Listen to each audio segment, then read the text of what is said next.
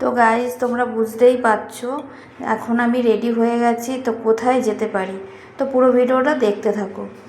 তো আমি অলরেডি আমার বাপের বাড়ি এসেছি। তো এসে দেখছি যে ঘরে কাজ হচ্ছে, পুরোপুরি কমপ্লিট হয়নি এখনও। তো এসেই ভাইয়ের সাথে বাবার সাথে দেখা করে নিলাম। তো নেওয়ার পরে এসেই দেখি রান্না ওরা করেনি। তো এবার সকাল থেকে ওরা খাওয়া দাওয়া করেনি, তারপরে আমি তাড়াতাড়ি করে এসে জামা কাপড় চেঞ্জ করে নিই। তা সেই অবস্থায় আমি রান্নাটা বসিয়ে দিলাম। তো তারপরে ভাই বাজার করে নিয়ে আসলো।